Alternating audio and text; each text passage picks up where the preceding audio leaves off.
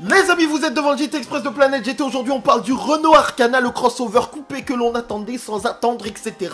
C'est parti, ça vient de Russie, action. Si tu suis l'actualité automobile, tu sais certainement qu'il y a moins de 2 heures, Renault vient de présenter le Renault Arcana, son premier crossover coupé de type GLC, BMW XX, etc.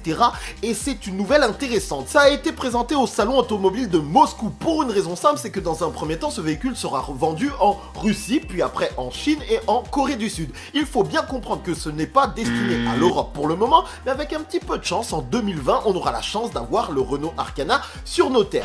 Le premier élément dont on doit parler, c'est bien évidemment le style, parce que on le sait, les SUV c'est déjà compliqué, il y en a un petit peu trop actuellement, et les SUV coupés c'est difficile de comprendre l'intérêt, puisqu'un SUV dans l'idée c'est d'avoir de l'espace pour vivre, et là avec un SUV coupé on perd le grand coffre qu'on pouvait avoir pour un style coupé. La première chose que je vais vous dire, c'est que je suis un petit peu surpris, mais je crois que j'aime bien ce SUV Arcana, parce que je sais pas, c'est plutôt bien dessiné. Je sais pas si je me l'offrirai personnellement, et bien évidemment il faudrait que je le voie en vrai, mais on a une sorte d'association entre un crossover de chez Renault, une Mégane 4 et le cul d'un talisman, ce qui fait qu'on a une voiture qui, à mon sens, est globalement plutôt homogène, sympathique à voir. Peut-être que l'arrière est un petit peu trop élevé, mais qu'est-ce que vous voulez, c'est un SUV coupé et c'est un des défauts qu'on peut avoir.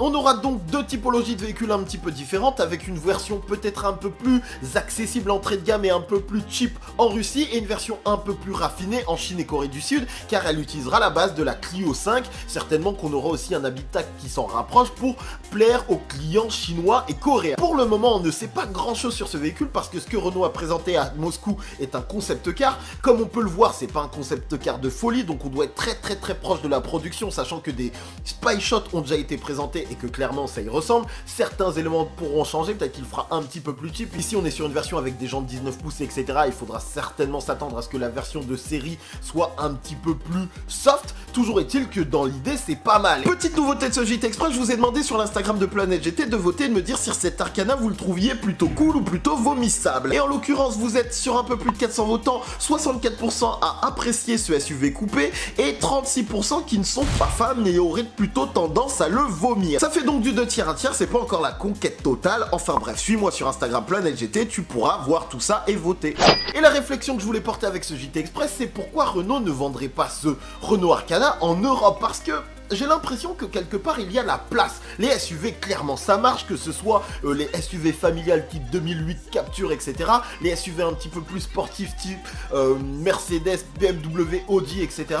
Et aussi les versions coupées marchent chez les constructeurs premium, alors pourquoi pas chez les généralistes. Imaginez si Peugeot se mettait à faire un 3008 coupé, je suis à peu près sûr que si le style collé, il y aurait une clientèle pour ça, parce que les gens cherchent de la prestance, cherchent une gueule à leur voiture, et bizarrement, les versions coupées des SUV, ça plaît. Du coup, la question que je me pose à travers ce JT Express, c'est est-ce que pour vous, ça paraîtrait cohérent? Déjà, est-ce que ce Renault Arcana vous plaît? Première question. Et surtout, est-ce que ça paraîtrait cohérent que l'on en trouve sur nos routes européennes, avec une version basée sur la plateforme de la Clio 5, un intérieur plutôt raffiné, technologique, etc.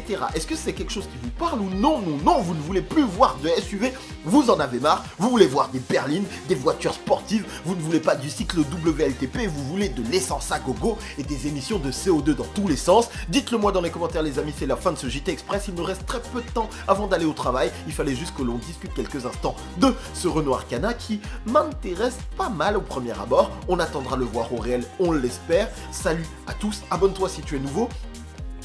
Ciao. Et dernier petit truc, je suis en train de tourner actuellement, mais comme je dois bosser à 12h30, je vous avoue que je suis pas sûr que la vidéo puisse partir. Du coup, mettez-moi vos commentaires, un petit commentaire sur le Renault Arcana, et peut-être que je l'utiliserai dans le JT Express qui sortira probablement ce soir si je suis chaud. Vous avez été énormément à me répondre sur Instagram, c'est un truc de ouf. J'ai pas encore trouvé comment j'y mettais dans la vidéo, mais ça viendra. Merci à tous.